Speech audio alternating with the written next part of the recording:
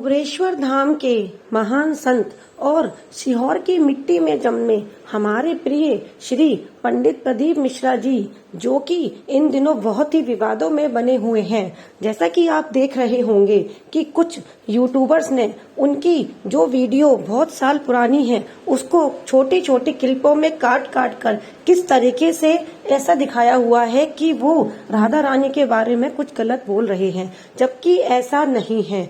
आप खुद ही सुन सकते हैं कि प्रदीप मिश्रा जी ने क्या बोला था और उस पे क्या बहुत बड़ा संवाद इकट्ठा हो गया है। आइए हम सुनते हैं यही संवाद प्रदीप मिश्रा जी के मुखार बिंदु से कि वो क्या बोल रहे थे और क्या जनमानस में उन यूट्यूबर्स के द्वारा फैलाया गया है, जिससे उनकी बहुत ही दुख उनको पहुंचा है। और दुख पहुंचे भी क्यों ना, जो इंसान भगवान के प्रति इतना स्नेह है उसके प्रति अगर आप इस तरीके की भावनाएं और इस तरीके की जनमानस में गलत भावनाएं फैलाएंगे तो उसको दुख होगा। आइए इस बात पे प्रदीप मिश्रा जी का क्या कहना है, हम उनकी। हमारा तो निवेदन है, जो अपशब्द कहने वाले हैं कि आपने राधा जी के लिए कह दिया कि उनका विवाह हरण घोष से हुआ और आपने बोल दिया कि उनके साथ जटिला और कुटिला का चरित्र का वर्णन कर दिया।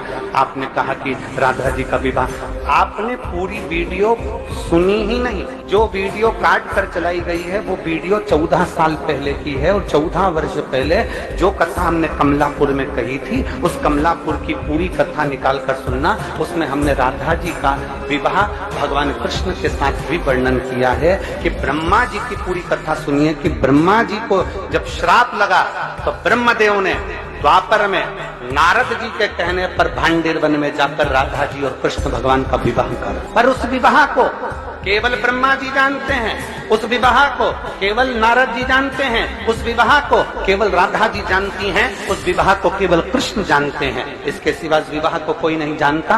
परंतु राधा जी का जब विवाह हुआ तो हमने उसका वर्णन किया कि वो अरण्य घोष के साथ में हुआ। अब लोगों ने कहा आपने कैसे कह दिया, तो हम कहें कभी पढ़िए, और अगर पढ़ नहीं सकते तो ब्रज 84 कोस की यात्रा करने जाइए, और ब्रज 84 कोस की यात्रा करने जाओ तो ब्रज 84 कोस में कोकिला वन में जाइए, और कोकिला वन में कोसी के पास में मथुरा क्षेत्र, कोसी क्षेत्र के मध्य में जावा गांव जाइए, और जाव गांव जाइए, उस जाव गांव में जाकर देखिए अनय घोष, जटिला, कुटिला, कृष्ण और राधा जी का मंदिर बना हुआ है जो आज भी ब्रज 84 कोस में विराजमान है। अब दुनिया के लोग कहे कि आपने कहां से कह दिया ये प्रसंग, तो ब्रह्म वैवर्त पुराण के 271 नंबर पेज पर 49 नंबर के अध्याय में भगवान राधा रानी के विवाह का प्रसंग वर्णित है।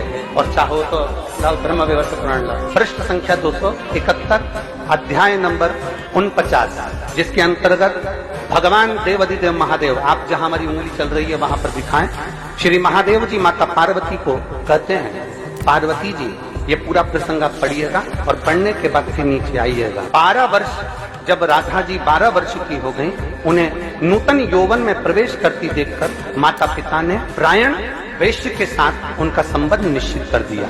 उस समय पर श्री राधा घर में अपनी छाया को स्थापित कर कर चली गई। ये प्रसंग हमारे यहाँ ब्रह्म वैवर्त पुराण के अंतर्गत लिखा हुआ है। अब शब्द कहने वाले अब शब्द कहते रहेंगे और भगवान शंकर की कथा आगे बढ़ती रहेगी।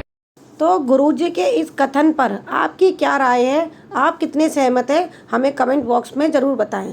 राधे राधे, जय श्री कृष्ण।